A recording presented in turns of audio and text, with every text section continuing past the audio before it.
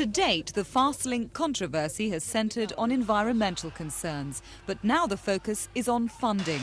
As homes stand blighted along the route through London and Kent, there's growing speculation that British Rail is struggling to find private sector backing. Well, at the moment it's looking very difficult because the returns that would be required by the private sector look very difficult to achieve given the cost of the project now.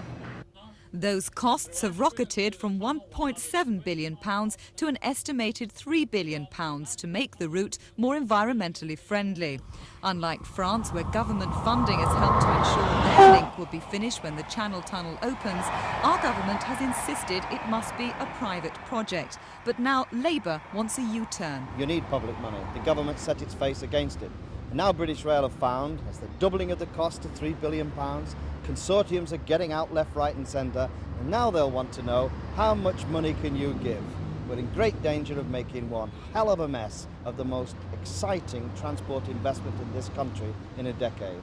But as British Rail negotiates with two remaining consortia, the government is refusing to be drawn on whether or not it will bail out the project if asked. That would totally torpedo the negotiations if I answered that question.